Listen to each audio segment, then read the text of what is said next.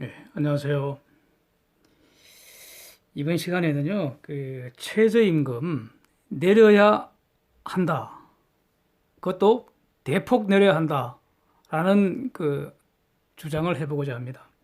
노동에 대한 수요는 감소하거나 정체되는데도 노동 가격인 최저임금을 지속적으로 상승시키는 것은 결국 노동 공급자들의 실업만 가중시키는 실패한 정책이 아닌지 검토해보고 싶습니다. 어저께 LG전자가 평택에 있던 스마트폰 사업을 베트남 하이퐁 등지로 완전히 이전하기로 했다는 그런 뉴스가 나옵니다. 국내의 높은 생산비를 피하여 해외로 이전한 것으로 생각이 됩니다. 해외 유수기업을 국내로 유치를 해도 부족할 판에 이 국내 대표 기업을 해외로 쫓아내는 현재 어떤 그 정책이 있는 거 아닌지, 이 과연 잘하는 것인지 같이 한번 살펴보고 싶습니다. 먼저 그 논의의 대전제들 한번 정리해 보겠습니다. 시장에서 거래되는 재화의 가격, 이거는 수요 법칙, 공급 법칙 결정되는 게 이게 시장 원칙이죠. 그 다음에 시장의 실패가 예상되는 경우에 예외로 또 일시적으로 정부 개입이 필요할 수도 있다고 생각합니다. 임금은 노동시장에서 거래되는 노동의 가격이죠. 그러니까 원칙은 노동의 수요와 노동의 공급에 따라 결정되어야 합니다. 이것이 모두에게 가장 좋은 것이라는 것이 경험칙이고요. 논리적으로도 그 이유를 설명할 수 있습니다. 기업이 왜 고용을 합니까? 노동 비용보다 더 큰 수익을 기대하기 때문입니다. 그래서 노동의 수요를 파생 수요를 하지 않습니까? 한 사람 더 고용할 때 수익의 증가가 그 고용으로 인한 비용의 증가보다 크거나 최소한 같아야 합니다. 그런데 이 노동의 한계 생산은 그 사람이 근무하는 환경, 간단하게 자본 투자가 잘 된 곳이면 돈 없습니다. 가령 MIT 반도체 분야 최고 졸업생 삼성전자 갖다 놓으면 가령 생산성이 한 100 나온다 한다면 이상한 나라에 그 건설 현장에 갖다 박아버리면 생산성 1도 안 나오겠죠. 기업도 그래서 적재적소에 배치하고 선의에 경쟁하는 거고, 사람도 어떤 그 좋은 기업, 그래야 자기가 생산성 높아지고 몸값도 올라가고 그런 거 아닙니까? 같은 사람도 어디에 있는가에 따라 값이 달라져야 하고, 이 달라지는 것이 시장의 정의입니다.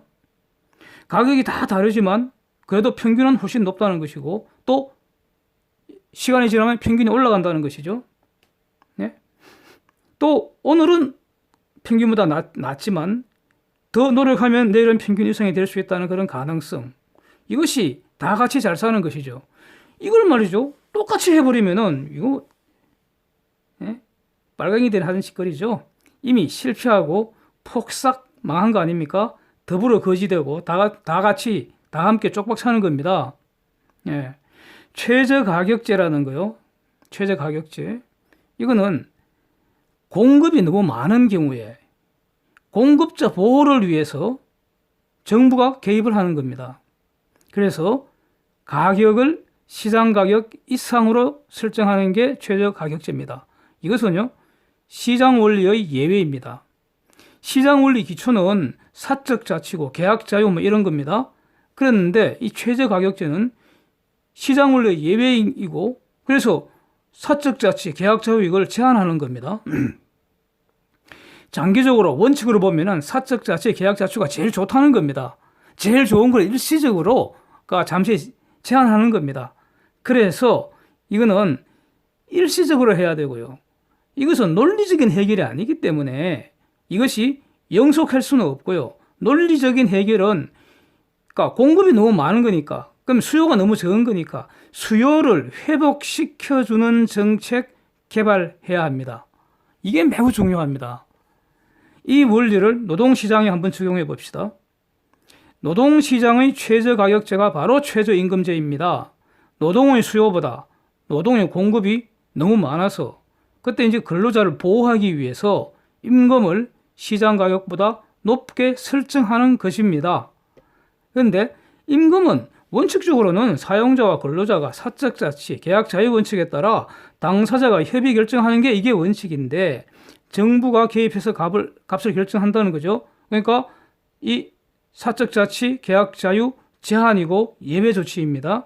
이 예외가 정당하려면요, 추가적으로 노동의 수요를 증가시키는 정책이 반드시 실시되고 또 그 정책이 성과를 내야 합니다. 이게 그래야지 이게 지속 가능하게 되는 겁니다. 그래서 노동의 수요 증가로 자연스럽게 시장 가격이 최저임금 또는 그 이상이 되게 하여야 비로소 정부 개입 사라지고 정부는 개입이 사라져야 된다고요. 예.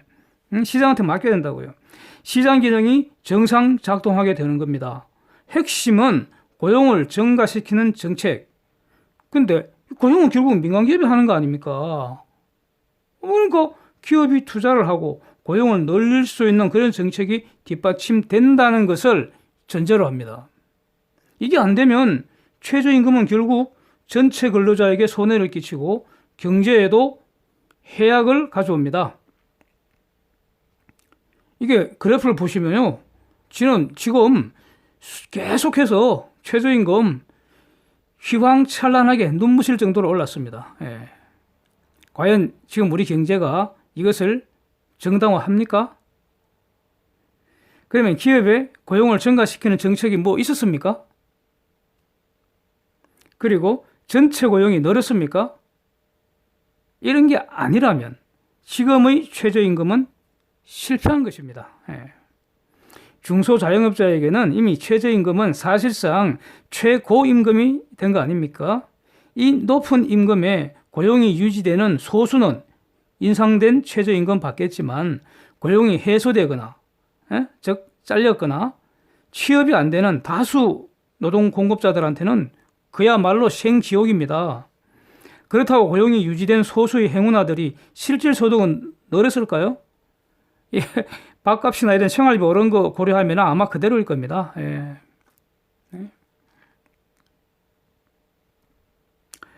기업이 투자를 하게 만들어야 합니다. 생산비 낮춰주고, 생산비 낮춰주기 위해서 어떻게 해야 됩니까? 지금 그 생산비, 높은 생산비 대표적인 게 그 세금하고 이런 최저임금 이런 문제 아닙니까?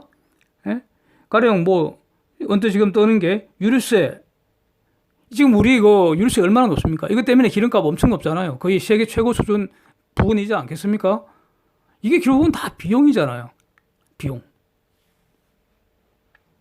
그 비용에 상당한 기여를 할 거 아닙니까?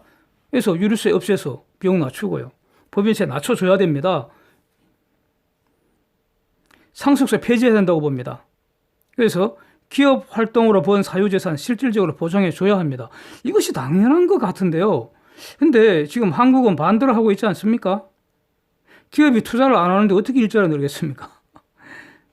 일자리 자체가 줄어드는데 최저임금만 자꾸 쳐 올리면 이게 무슨 의미가 있겠습니까? 기업이 생산비 낮고 사유재산 보장되는 곳을 자꾸 떠나잖아요. 떠난 기업이 다시 돌아오도록 할 수는 없겠습니까?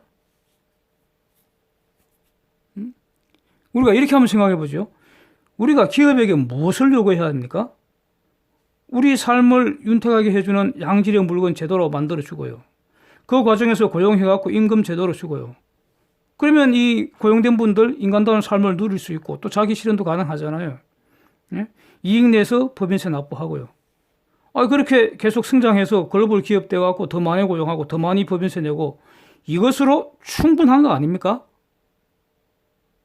저는 그렇게 생각됩니다. 직원에게 월급 주면은 국가는 소득세 강탈해 가죠, 그냥.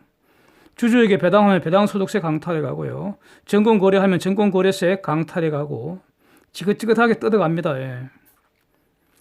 이렇게 임금과 세금 납부 다 하고 부를 축적했다면 이거 상속하게 해줘야 될 거 아닙니까? 그래서 상속세는 없애야 한다고 봅니다. 그렇지 않고 지금처럼요. 평생 키운 기업을 뒤지고 나면 상속세 최고세율 65%, 이 완전히 국가가 강탈해가는 이런 곳에서 아무도 투자 안 할 것이고요. 뒤지기 전에 빨리 탈출하려고 할 겁니다. 네. 이렇게 기업을 다 쫓아내고 나면 한국이 잘 살겠습니까? 그래도 최저임금 계속 올릴 수 있겠습니까? 그래서 저는요, 이 최저임금 3, 4년 이전 수준으로 대폭 팍 낮춰버리고요. 고용계약의 실질적 자유를 회복시켜줘야 한다고 봅니다. 그렇다고 해서 가령 최저임금을 4,000원대로 맞췄다고 해서 갑자기 모든 그 근로자들 임금이 4,000원 되는 거 아니지 않습니까? 네? 거기에서 서로 협의해서 이제 다양하게 그 임금 수준이 결정되겠죠. 그러면서 고용은 팍 늘어날 것이고요. 예. 이제 참 그 광주형 일자리 이거 웃기는 것 같습니다. 지금 같은 구조에서는 절대 성공 못 합니다. 예. 그러니까 위에서 제기된 이런 근본적인 문제가 개선되지 않는다면은 절대로 국내 일자리 늘지 않을 거라고 저는 생각합니다. 가령 현대차 입장에서는요, 글로벌 생산 구조 최적화 이 전략에 따라 움직일 겁니다. 네. 그래서 국내 생산 물량은요, 기본적으로 줄여 나갈 겁니다. 계속 줄여 나갈 겁니다. 네. 그 줄여 나가는 과정에서 국내 전체 그 물량을 줄어든 국내 전체 물량을 국내 자갑장 여기저기 적절하게 배분하게 될 겁니다. 예. 글로벌 선수들인 기업이 더 똑똑합니다.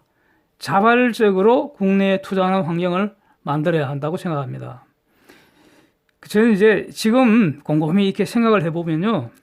그러니까 기업의 사회적 책임, 이런 헛소리 나불대는 새끼들 정말 역겹습니다. 예. 기업의 사회적 책임이 뭡니까?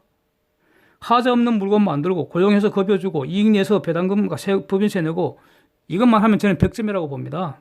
더 이상 근거도 없고 애매모호한 그런 사회적 책임이 있다는 헛소리 그만했으면 저는 좋겠습니다.